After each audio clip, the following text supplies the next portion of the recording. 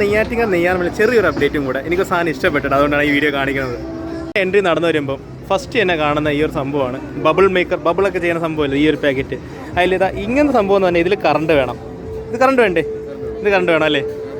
ആ, ഇങ്ങനെ മുക്കിയിട്ട് ഇങ്ങനെ വെടിവെച്ചാൽ ബബിള് കണ്ടാ സെറ്റല്ലേ? അകത്തോട്ട് വരുമ്പോഴേക്കും അയ്യോ തീർന്നു. ശേഷം ഉണ്ടെങ്കിലേ സംഭവത്തിന് ബാറ്ററിയാണ്, ചാർജ് ചെയ്യണ സാധനമാണ്. പക്ഷേ ഇത് 250 അല്ലേ? 250. പക്ഷെ ഇതിനെക്കാട്ടി എനിക്ക് തോന്നുന്ന ബാറ്ററി ഇല്ലാത്തൊരു സാധനമാണ് ഈ സാധനമല്ലേ. ഇത് എത്രയാണ്? 100 രൂപ. പക്ഷേ 100 രൂപയ്ക്കുള്ള വലിയ ബബിൾ കിട്ടും. ഞാൻ കാണിച്ചു തരാം. ഞാൻ അത് ട്രൈ ചെയ്തായിരുന്നു. 100 രൂപയ്ക്കുള്ള ഇങ്ങനെ എടുത്തിട്ട് നമ്മളിങ്ങനെ വലിയ ബബിൾ വരും കണ്ടാ. ഈ സൈഡൊക്കെ എടുക്കാൻ പറ്റും. എനിക്കൊന്ന് ഇതായിരിക്കും കുറച്ചും കൂടി നല്ലത്. ബാറ്ററി വേണ്ടല്ലോ. ഇപ്പം എന്നെക്കാട്ടി ഇതാ ബാറ്ററി വേണ്ട. കൊള്ളാം കേട്ടാ. ജിഷ്ണു എങ്ങനെ ഉണ്ടോ?